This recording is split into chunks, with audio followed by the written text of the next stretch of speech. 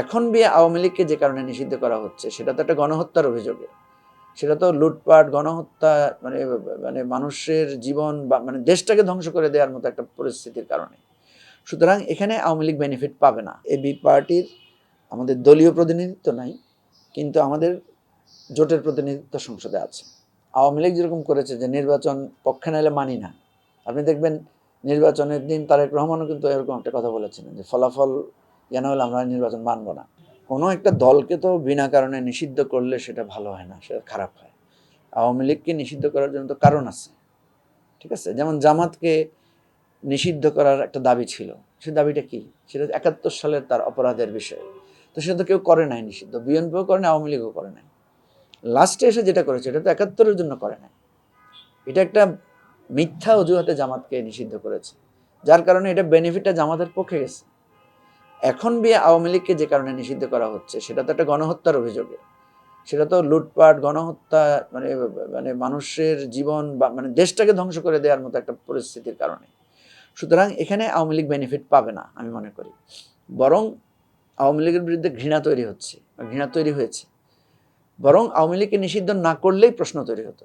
এখন প্রশ্ন হচ্ছে অন্যটা, প্রশ্ন হচ্ছে যে আমাদের আইনে কাভার করে কিনা একটা রাজনৈতিক দলকে নিষিদ্ধ করা। আমাদের আইনে, বাংলাদেশের আইনে কোনো দলকে নিষিদ্ধ করার বিধান নাই যদি সেই দলটার বিরুদ্ধে স্পেসিফিক এলিগেশন না থাকে। তো আমাদের প্রথম কথা হচ্ছে যেই দলগুলো সন্ত্রাসবাদী, যে গণতন্ত্র নির্বাচন ব্যবস্থা ধ্বংস করে, সভ্যতা ধ্বংস করে, এ ধরনের দলকে নিষিদ্ধ করার আইন থাকা উচিত।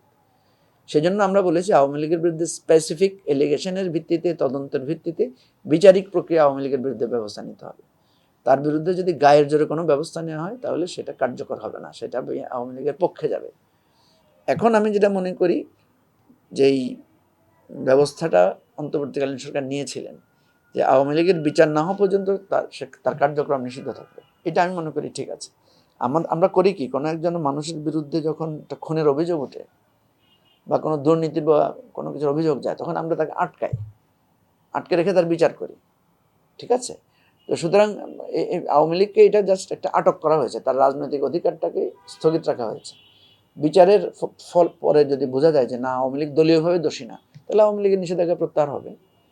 আর যদি আওয়ামী লীগ দোষ প্রমাণিত হয়, আমাদের কাছে তো অনেক এভিডেন্স আছে যে আওয়ামী লীগ দলীয়ভাবে হত্যা সন্ত্রাস ঘটিয়েছে, দলগতভাবে তারা মানুষের উপর নির্যাতন চালিয়ে হত্যা করেছে, হত্যাকাণ্ড ঘটিয়েছে, এবং এটা আন্তর্জাতিকভাবে এটার অনেক অভিযোগ জমা হয়েছে, জাতিসংঘ পর্যন্ত এটার সাথে ইনভলভ।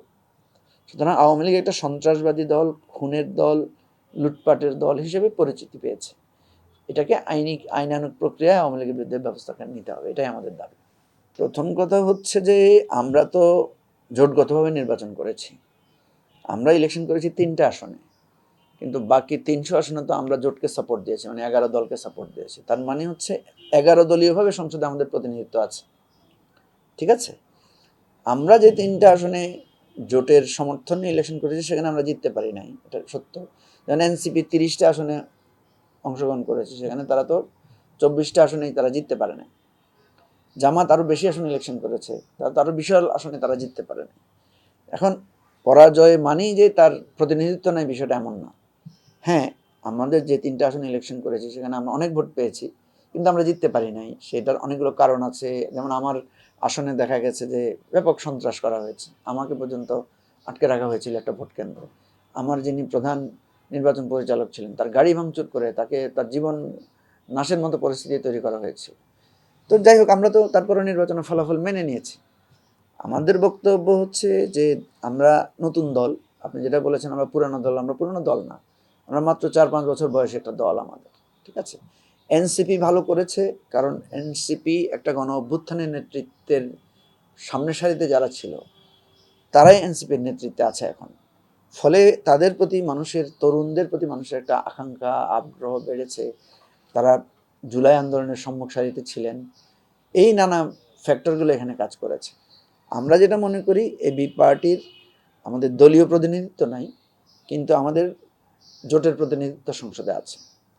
আর আমাদের নতুন দল আকারে এটাই আমাদের জন্য প্রথম নির্বাচন ছিল, আমাদের মার্কাটাও অপরিচিত ছিল, নতুনভাবে আমরা মার্কা নিয়ে ইলেকশন করেছি। আমরা আজকের যেই পরাজয় বা আজকের যে আমাদের ব্যর্থতা, এটা থেকে আমরা নতুন করে শক্তি সঞ্চয় করব। বাংলাদেশে খুব কম দলই আছে যারা আমাদের মতো অর্গানিক ওয়েতে দল তৈরি করে প্রথম নির্বাচনে ভালো ফলাফল করেছে। এনসিপিকে আপনি সে কাতারে ফেলতে পারেন না, কারণ এনসিপির দলটা তৈরি হয়েছে সরকারি ক্ষমতার একটা জায়গা থেকে। তো সুতরাং এবং তারা একটা অভ্যুত্থানের পরিস্থিতির পরে তারা এসে দাঁড়িয়েছে। এই সমস্ত বিষয়ে তারা এক ধরনের মানে সুবিধা বা এক ধরনের জনসমর্থন পেয়েছে। তো আমরা চেষ্টা করব যে আমাদের আগামী দিনে আমাদের যে ত্রুটি বিচ্যুতিগুলো আছে জনগণের প্রতি, আমাদের আগামীবার আমরা তো আরো বেশি আসন ইলেকশন করব। প্রথম কথা হচ্ছে যে আমরা খেলায় অনেক ভুল ত্রুটি হয় না, ফাউল হয়, মানে অনেক ধরনের পক্ষপাতিত্ব থাকে, তারপর আমরা খেলার ফলাফল তো মেনে নিই। এবং আপনি দেখেছেন যে মেনে নেওয়ার পরও জামাত কিন্তু অফিসিয়ালি অনেকগুলো অভিযোগ জমা দিয়েছে নির্বাচন কমিশনে। ইভেন বিএনপিও দিয়েছে, বিএনপিও তো অভিযোগ করেছে বিভিন্ন জায়গায় গন্ডগোল হয়েছে, করেছে না? তাহলে বিএনপি কি ফলাফল মানে নাই? মেনেছে তো। একটা হচ্ছে ওভারঅল ফলাফল জানা, ঠিক আছে? খেলায় কিছু ত্রুটি বিচ্যুতি, কিছু পক্ষপাতিত্ব, কিছু ভুল সিদ্ধান্ত হয়েছে, ওভারঅল খেলাটাকে গ্রহণ করা।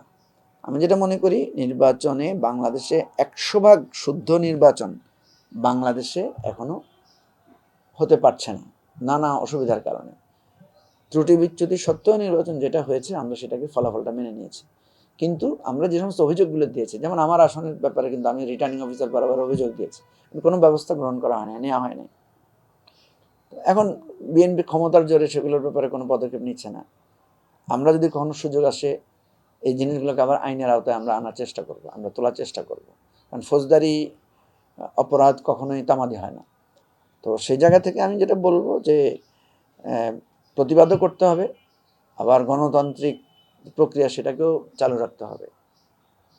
কারণ আওয়ামী লীগ যেরকম করেছে যে নির্বাচন পক্ষে নাইলে মানি না, আপনি দেখবেন নির্বাচনের দিন তারেক রহমানও কিন্তু এরকম একটা কথা বলেছিলেন যে ফলাফল যেন হলে আমরা নির্বাচন মানব না।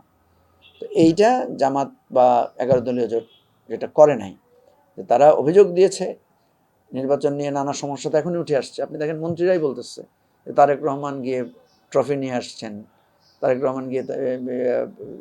রহমানকে যাই ট্রফি দিয়ে আসছেন ইউনূস সাহেব নিজেই। নির্বাচনের যিনি প্রধান ইয়ার দায়িত্বে ছিলেন তিনি আবার বিএনপিতে জয়েন করে বিএনপির পররাষ্ট্রমন্ত্রী হয়েছেন। এ ধরনের অনেক কিছু আস্তে আস্তে জানা যাচ্ছে। তো এগুলো জনগণ বিচার করবে, জনগণ জানবে। যেমন আমার নির্বাচনী এলাকায় কিন্তু আমি গেলে জনগণ আমাকে বলে যে না, আপনাকে হারিয়ে দেওয়া হয়েছে, ঠিক আছে? তো আমি মনে করি এটা আমাদের জন্য একটা মানে ভালোবাসা মানুষের, যে মানুষ গুরুত্ব দিচ্ছে, মানুষ মূল্যায়ন করছে। তো এটা নির্বাচন বা রাজনীতির একটা স্বাভাবিক প্রক্রিয়া। এটা আমি মনে করি যে ভবিষ্যতে এটা আরো সুষ্ঠু হবে নির্বাচন, সেটা আমরা প্রত্যাশা করি। এবি পার্টি বাংলাদেশে যে রাজনীতিটা সূচনা করতে চেয়েছে বা আমাদের প্রচেষ্টাটা শুরু হয়েছে, আমাদের কথা হচ্ছে যে আমরা একটা সেন্ট্রিস্ট পলিটিক্স করতে চাই, মধ্যপন্থী একটা রাজনীতির মূল ধারাটা আমরা তৈরি করতে চাই, নাম্বার 1। নাম্বার 2 হচ্ছে আমাদের রাজনীতির জায়গাটা হচ্ছে আমরা সবাইকে ইনক্লুড করতে চাই, কোনো নাগরিক এই রাজনীতি থেকে বাদ যাবে না। এবং আমরা কোনো মতবাদ ভিত্তিক রাজনীতি না, আমাদের এটা হচ্ছে জনকল্যাণ এবং জনগণের অধিকার ভিত্তিক রাজনীতি। জনগণের অধিকারগুলোকে নিয়ে আমরা সামনে এসে আমাদের রাজনীতিটা দাঁড় করাবো, রাষ্ট্রের সমস্যা কী কী সেটা আমরা তুলে ধরবো এবং সমাধানগুলো কী হতে পারে সেটাকে আমরা পোর্ট্রেট করব। এটা অন্যান্য মানে ধরেন কেউ কোনো ব্যক্তিকেন্দ্রিক রাজনীতি করছে, কেউ পরিবার কেন্দ্রিক রাজনীতি করছে, কেউ ধর্মকেন্দ্রিক রাজনীতি করছে। আমাদের রাজনীতিটা এই ত্রিমাত্রিক রাজনীতি থেকে আলাদা। এটা সলিউশন প্রপোজড পলিটিক্স। এখন এটা পপুলার হতে পারছে না কেন? কারণ প্রচলিত রাজনীতির ডামাডোলে আমাদের এই রাজনীতিটা এখন সামনে আসতে পারছে না। যেহেতু আমরা নতুন দল, আস্তে আস্তে আমরা এটাকে সামনে আনবো।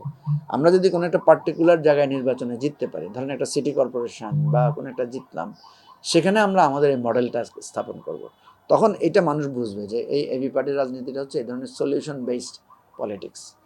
তো ইনশাল্লাহ আমি মনে করি নতুন প্রজন্ম আমাদের রাজনীতিটাকে সাধুবাদ জানাবে এবং এটা আস্তে আস্তে গ্রহণযোগ্য হবে বলে আশা করি আমরা।